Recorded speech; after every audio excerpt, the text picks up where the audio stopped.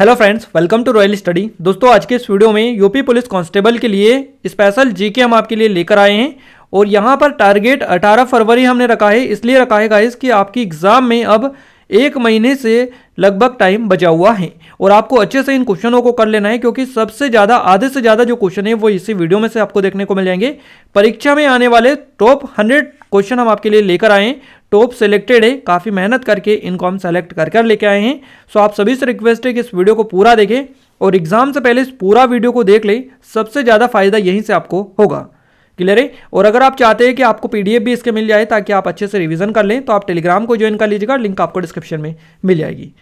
तो आइए स्टार्ट करते हैं बिना टाइम वेस्ट किए हमारे पहले क्वेश्चन से। वन लाइनर के फॉर्मेट में है, फटाफट रिवीजन सीरीज आपके लिए स्टार्ट कर रहे हैं ताकि आपको सारे जितना भी आपने पढ़ा है सारा का रिवीजन आप कर पाए।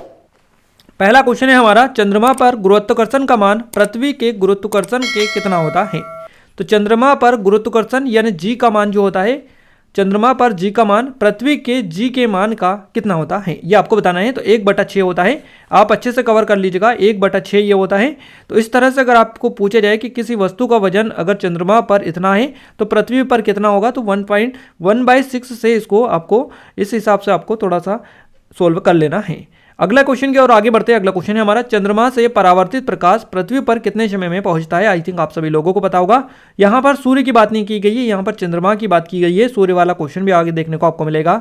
चंद्रमा से परावर्तित प्रकाश पृथ्वी पर पहुंचने में 1 मिनट 3 सेकेंड का टाइम लगता है। अगला क्वेश्चन है, किसने यूरेनस ग्रह को खोजा था या खोज की थी। तो यूरेनस जो ग्रह है इसकी खोज की थी विलियम हर्शेल ने, है ना। इन क्वेश्चनों को आप अच्छे से कर लीजिएगा। हम रिवीजन सीरीज हमारी है, सुपर फास्ट कवर आपको करवा रहे हैं। अगला सवाल आपका है, सूर्य के प्रकाश द्वारा एक वर्ष में तय की गई दूरी को क्या कहते हैं। तो इसको एक प्रकाश वर्ष बोला जाता है। आधे से ज़्यादा क्वेश्चंस तो आपको पता है, बट आप देखिएगा पूरा, जो नहीं है वो आपको पता चल जाएगा। अगला क्वेश्चन है, एक पारसेक कितने प्रकाश वर्ष के बराबर होती है। तो सूर्य के प्रकाश द्वारा एक वर्ष में तय की गई दूरी को एक प्रकाश वर्ष बोला जाता है। और एक पारसेक कितने प्रकाश वर्ष के बराबर होती है, तो ये होती है 3.6 पारसेक के बराबर। अगला क्वेश्चन आप सभी की स्क्रीन पर है, तारों का विभिन्न रंग किसका सूचक होता है। आप हमारी एप्लीकेशन को भी डाउनलोड कर लीजिएगा, डिस्क्रिप्शन में लिंक है, यहाँ पर भी आपको स्टडी मटेरियल नोट्स वगैरह मिल जाएंगे। तो तारों का विभिन्न जो रंग है ये उसके ताप का सूचक होता है। अगला क्वेश्चन है, महाविस्फोट सिद्धांत किससे संबंधित है। महाविस्फोट जो सिद्धांत है इसका संबंध ब्रह्मांड की उत्पत्ति से है। और आपने अगर ब्रह्मांड की उत्पत्ति वाले जो टॉपिक है ये पढ़ा है तो आप आसानी से क्लिक कर सकते हैं। ब्रह्मांड की जो उत्पत्ति हुई है ये महाविस्फोटक सिद्धांत से हुई है। अगला क्वेश्चन है आपका, आकार में बड़ा होने के कारण किस ग्रह को मास्टर ऑफ गॉड्स भी कहा जाता है। तो ये बृहस्पति ग्रह को कहा जाता है master of gods. Next question है, सौरमंडल का सबसे बड़ा तारामंडल कौन सा है। तो सौरमंडल का सबसे बड़ा तारामंडल हो जाएगा हाइड्रा। अगला क्वेश्चन है, सूर्य का व्यास पृथ्वी के व्यास के कितने गुना होता है। सूर्य का व्यास पृथ्वी के व्यास से कितना गुना होता है, तो ये 109 गुना होता है, ध्यान रखिएगा। नेक्स्ट क्वेश्चन है, भारत किस गोलार्ध में स्थित है।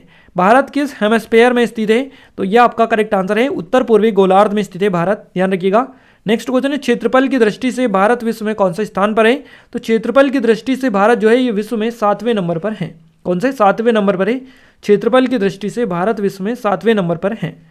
अगला क्वेश्चन है, भारत का क्षेत्रफल विश्व के कुल क्षेत्रफल का कितना प्रतिशत है। तो यह है 2.4%।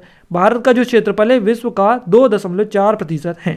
देशांतर रेखाएं क्या निर्धारित करती है। तो ये समय एवं अवस्थिति दोनों निर्धारित करती है देशांतर रेखाएं। कर्क रेखा यानी ट्रॉपिक ऑफ कैंसर भारत के कितने राज्यों से होकर गुजरती है। ट्रॉपिक ऑफ कैंसर कर्क रेखा जो है ये भारत के 8 राज्यों से होकर गुजरती है और भारत के मध्य से होकर गुजरती है ये। यहाँ पर आपको एक और पॉइंट इस क्वेश्चन से रिलेटेड याद रखना है कि जो कर्क रेखा है ये भारत के 8 राज्यों से होकर गुजरती है। भारत की एकमात्र नदी माही नदी है जो कर्क रेखा को 2 बार काटती है, तो ध्यान रखिएगा। अगला क्वेश्चन है, कौन सा अक्षांश भारत को लगभग 2 बराबर विभागों में विभाजित करता है। तो ये 23.5 डिग्री उत्तरी जो अक्षांश है कर्क रेखा ये भारत को लगभग 2 बराबर भागों में विभाजित करता है। अगला सवाल आपकी स्क्रीन पर है, भारतीय मानक समय रेखा इंडियन स्टैंडर्ड टाइम 82.5 डिग्री किस शहर से होकर गुजरता है। तो 82.5 डिग्री जो होते हैं ये किस शहर से होकर गुजरता है। मानक समय रेखा है ये इलाहाबाद के निकट मिर्जापुर से ये होकर गुजरती है। अगला क्वेश्चन आपकी स्क्रीन पर है, भारतीय मानक समय IST एवं ग्रीनविच माध्य समय GMT के बीच कितने समय या घंटे का अंतराल है। तो देखिए IST और GMT के बीच में आपको बताना है कितने घंटे का अंतर है, तो ये 5.5 घंटे का अंतर है, 5.5 घंटा आपका करेक्ट आंसर रहेगा। अगला क्वेश्चन है भारत का सुदूरस्थ दक्षिणतम बिंदु कौन सा है, तो भारत का आपका सबसे दक्षिणतम बिंदु पूछा है तो ये इंदिरा पॉइंट हो जाएगा। अगला सवाल आपकी स्क्रीन पर है भारत का एकमात्र जिला कौन सा है जिसकी सीमा 4 राज्यों को स्पर्श करती है, तो ये सोनभद्र जिला है उत्तर प्रदेश का। भारत का एकमात्र जिला है जिसकी सीमा 4 राज्यों को स्पर्श करती है। नेक्स्ट क्वेश्चन है भारत की मुख्य भूमि की तटीय लंबाई कितनी है, तो 6100 किलोमीटर भारत की तटीय भूमि की मुख्य लंबाई है, मुख्य भूमि की तटीय लंबाई है, ध्यान रखिएगा। म्यांमार की सर्वाधिक सीमा किस भारतीय राज्य को स्पर्श करती है, तो म्यांमार की सर्वाधिक जो सीमा है यह अरुणाचल प्रदेश जो राज्य है भारतीय राज्य इसको स्पर्श करती है। अगला क्वेश्चन है जनसंख्या की दृष्टि से भारत का विश्व में कौन सा स्थान है, तो दूसरे नंबर पर आता है और अब पहले नंबर पर आ चुका है। अगर आपसे जनगणना पूछी जाए तो दूसरा होगा, और अगर आपसे पूछा जाए कि पहला आपको अगर दिया रखे तो आपका पहला ही रहेगा, क्योंकि जनसंख्या में मैटर में पहले नंबर पर अब भारत आ चुका है, चीन को पछाड़कर। आप सभी को पता ही है पहला नंबर हमारा आ चुका है।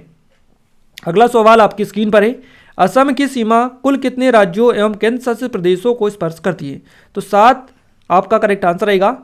अगला क्वेश्चन है रोज द्वीप, नील द्वीप और हेवलॉक द्वीप का परिवर्तित नाम क्या है, तो याद रखिएगा रोज द्वीप जो है इसका परिवर्तित नाम है नेताजी सुभाष चंद्र बोस द्वीप, नील द्वीप जो है इसका नाम है शहीद द्वीप, और हेवलॉक जो द्वीप है इसका नाम है स्वराज द्वीप, तो ध्यान रखिएगा। अगला क्वेश्चन है भारत श्रीलंका के से किस जल संधि द्वारा पृथक होता है, तो ये तो आप सभी को बताइए, कई मल्टीपल एग्जाम में क्वेश्चन बन चुका है। पाक जलडमरू मध्य इसका करेक्ट आंसर रहेगा। कौन सा भारतीय राज्य 3 ओर से बांग्लादेश की सीमा से घिरा हुआ है, तो त्रिपुरा जो है ये घिरा हुआ है। त्रिपुरा जो राज्य है भारत का ये 3 ओर से बांग्लादेश की सीमा से घिरा हुआ है। नर्मदा एवं ताप्ती नदियों के मध्य में कौन सी पर्वत श्रेणी स्थित है, तो सतपुड़ा पर्वत श्रेणी आती है नर्मदा और ताप्ती नदी के बीच में। भारतीय उपमहाद्वीप मूलतः किस भूखंड का भाग था, तो ये गोंडवाना लैंड का भाग था। हिमालय का पर्वत पदी प्रदेश कौन सा है, तो हिमालय का पर्वत पदी जो प्रदेश है यह है शिवालिक, आपका करेक्ट आंसर है।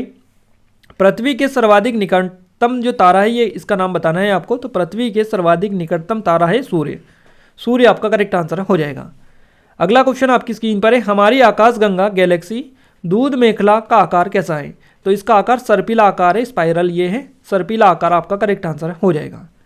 नेक्स्ट क्वेश्चन है आधुनिक खगोल शास्त्र का जनक किसे कहा जाता है, तो कॉपरनिकस को कहा जाता है आधुनिक खगोल शास्त्र के जनक। सर्वप्रथम पृथ्वी गोलाकार है ये किसने कहा था, तो ये पाइथागोरस के द्वारा कहा गया था पहली बार कि पृथ्वी गोल है। इसके अलावा नेक्स्ट क्वेश्चन है किस प्रक्रिया के कारण तारे स्वयं चमकते हैं, तो ये नाभिकीय संलयन की प्रोसेस होती है जिसके कारण तारे टिमटिमाते हुए दिखाई देते हैं, तारे स्वयं चमकते हैं। अब यहाँ पर टिमटिमाने वाला क्वेश्चन अलग है, वो प्रकाश का परावर्तन वाला सिस्टम है, अपवर्तन परावर्तन, तो उसको आप अलग मैटर रखिएगा, ये अलग है। तारे जो स्वयं चमकते हैं ये नाभिकीय संलयन की वजह से चमकते हैं, टिमटिमाने वाली बात अलग है। अगला क्वेश्चन है तारों की आयु किस आधार पर ज्ञात की जाती है, तो तारों द्वारा मुक्त ऊष्मा के आधार पर तारों की आयु ज्ञात की जाती है। हेली धूमकेतु पृथ्वी से कितने वर्षों के बाद दिखाई देता है, तो यह हर 76 वर्ष के बाद में दिखाई देता है, ध्यान रखिएगा। हेली धूमकेतु है पृथ्वी से 76 वर्षों के बाद दिखाई देता है। अगला क्वेश्चन है यूरोप किस ग्रह का प्राकृतिक उपग्रह है, यूरोपा, इसका नाम ही यूरोपा है, तो यूरोपा जो है ये बृहस्पति जो ग्रह है इसका प्राकृतिक उपग्रह है। किसी भी ग्रह की उसकी कक्षा में वैसी स्थिति जब वह सूर्य से निकटतम हो तो उसे क्या कहते हैं, तो उसको पेरिहेलियन बोला जाता है। अगला क्वेश्चन है ओरियन तारामंडल को अन्य किस नाम से जाना जाता है, तो इसको हंटर के नाम से भी जाना जाता है, ओरियन तारामंडल को। हिमालय की नवीनतम पर्वत श्रेणी कौन सी है, इसका नाम है शिवालिक, ये हिमालय की सबसे नवीनतम पर्वत श्रेणी है। पीर पंजाल श्रेणी किस राज्य में आती है, तो जम्मू कश्मीर आपका करेक्ट आंसर हो जाएगा। पीर पंजाल जो आती है जम्मू कश्मीर में आती है। उत्तराखंड के पाताल तोड़ कुएं किस भाग में पाए जाते हैं, तो तराइन भाग जो होता है इसमें पाताल तोड़ कुएं उत्तराखंड में देखने को मिलते हैं।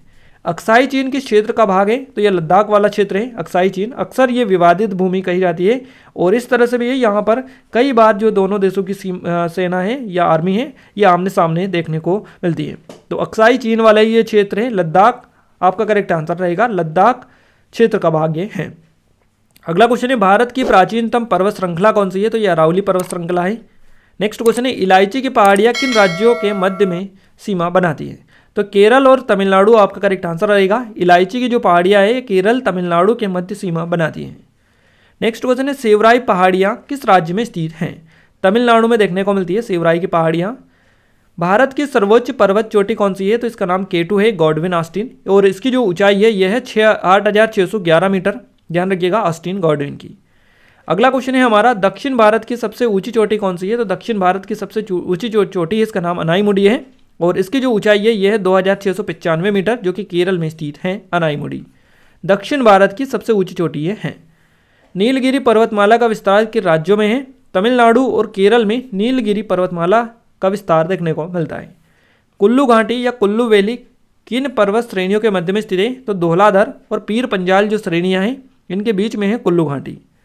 पालघाट दर्रा किन पहाड़ियों के मध्य में स्थित है? नीलगिरी और अन्नामलाई जो पहाड़ियां हैं इनके बीच में देखने को मिलता है, मध्य में पालघाट दर्रा।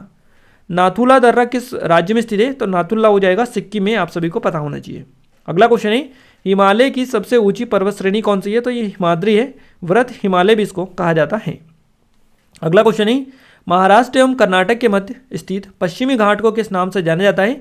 तो इसको कोकण तट बोला जाता है। महाराष्ट्र एवं कर्नाटक के मध्य में स्थित पश्चिमी जो घाट है इसको कोकण तट के नाम से जाना जाता है। नेक्स्ट क्वेश्चन है हमारा, माना दर्रा उत्तराखंड को किससे जोड़ता है? तो माना जो दर्रा है ये उत्तराखंड को तिब्बत से जोड़ता है। नंदा देवी शिखर किस राज्य में स्थित है? उत्तराखंड आपका करेक्ट आंसर यहाँ से हो जाएगा। अरावली श्रेणी का उच्चतम पर्वत शिखर कौन सा है? तो ये गुरु शिखर है, जिसकी जो ऊंचाई है ये है 1722 मीटर। ये राजस्थान में आपको देखने को मिलता है। हिमालय पर्वत की एक श्रेणी आराकान योमा किस देश में स्थित है? तो ये म्यांमार में स्थित है। अगला क्वेश्चन है, लीपू लेक, माना एवं नीति दर्रा किस राज्य में स्थित है? ये उत्तराखंड में है। लीपू लेक, माना और नीति दर्रा ये तीनों अलग अलग दर्रे हैं, तो ये तीनों आपके उत्तराखंड में स्थित हैं। रोहतांग दर्रा जो रोहतांग पास है ये कहाँ पर है? तो ये आपका हिमाचल प्रदेश में आता है। भारत का सबसे बड़ा हिमनद ग्लेशियर कौन सा है? ये आपको बताना है। तो सियाचिन जो ग्लेशियर है ये भारत का सबसे बड़ा ग्लेशियर है। अगला क्वेश्चन है, चोराबाड़ी ग्लेशियर कहाँ स्थित है? तो ये केदारनाथ मंदिर जो है इसके उत्तर में स्थित है चोराबाड़ी ग्लेशियर। अरावली एवं विंध्य पर्वत श्रृंखलाओं के मध्य में कौन सा पठार है? तो मालवा का पठार देखने को मिलता है। भारत का औसत समुद्र तल किस तट से मापा जाता है? तो चेन्नई तट से मापा जाता है। भारत की समुद्र तट रेखा की कुल लंबाई कितनी है? तो लगभग 7,517 किलोमीटर के लगभग है। भारत के तटीय राज्यों में से किस राज्य की सीमा सबसे लंबी है? तो गुजरात की है। गुजरात करेक्ट आंसर है। भारत के कितने राज्य समुद्री तटरेखा से संलग्न हैं? तो 9 राज्य है भारत के जो समुद्री तटरेखा से संलग्न हैं। प्राचीन भारतीय ऐतिहासिक भूगोल में रत्नाकर नाम किसका सूचक था? तो ये हिंद महासागर का नाम था, सूचक था, यानी कि रत्नाकर जो नाम था ये हिंद महासागर का सूचक था। तो यहाँ से आपका हिंद महासागर करेक्ट आंसर हो जाएगा। तमिलनाडु व आंध्र प्रदेश के समुद्री तट का क्या नाम है? कोरोमंडल तट के नाम से इनको जाना जाता है, तमिलनाडु आंध्र प्रदेश के समुद्री तट को। महाविस्फोट सिद्धांत बिग बैंग थ्योरी का प्रतिपादन सबसे पहले किस वैज्ञानिक ने किया था? तो बिग बैंग थ्योरी का जो प्रतिपादन किया था सबसे पहले ये जॉर्ज लेमेतेयर ने किया था, लेमेतेयर। तो जॉर्ज लेमेतेयर आपका करेक्ट आंसर हो जाएगा महाविस्फोटक सिद्धांत। अगला क्वेश्चन है, सूर्य का रासायनिक संगठन क्या है? तो हाइड्रोजन 73% और हीलियम 25% ये रासायनिक संगठन होता है। मंदाकिनी का सबसे चमकीले एवं ठंडे तारों का क्षेत्र को क्या कहते हैं? तो इसको ओरियन नेबुला कहा जाता है। सूर्य में ऊर्जा किस अभिक्रिया द्वारा उत्पन्न होती है? तो नाभिकीय संलयन की जो प्रोसेस होती है उसके तहत सूर्य में ऊर्जा जो होती है उत्पन्न होती है। न्यूक्लियर फ्यूजन आपका करेक्ट आंसर रहेगा। सूर्य से सबसे निकट स्थित तारे प्रोक्सिमा सेंचुरी की कितनी दूरी है? तो यह है 4.24 प्रकाश वर्ष ये दूरी है प्रोक्सिमा सेंचुरी की सूर्य से। सूर्य के चारों तरफ पृथ्वी अपने ऑर्बिट में लगभग किस वेग से चक्कर लगाती है? तो ये लगाती है 29.9 किलोमीटर प्रति सेकंड के हिसाब से। सौरमंडल का सबसे बड़ा, माफ कीजिएगा, सौरमंडल का सबसे ठंडा ग्रह कौन सा है? तो वरुण है, नेपच्यून। ये जो है सौरमंडल का सबसे ठंडा ग्रह माना जाता है। सूर्य की जो सतह है इसका तापमान कितना है ये आपको बताना है। फोटोस्फीयर है सूर्य की सतह, तो फोटोस्फीयर जो है इसका तापमान कितना है? तो 6000 डिग्री सेल्सियस आपका करेक्ट आंसर हो जाएगा। लगभग आपको दिया गया है। पृथ्वी पर दिन और रात किस कारण होते हैं? तो पृथ्वी अपने कक्ष पर घूर्णन करती है जिसके कारण दिन और रात होते हैं। पृथ्वी किन ग्रहों के बीच में स्थित है? शुक्र और मंगल दोनों जो ग्रह हैं इनके बीच में पृथ्वी स्थित है। कन्याकुमारी को किस नाम से जाना जाता है? अन्य नाम केप कोमोरिन इसको कहा जाता है कन्याकुमारी को।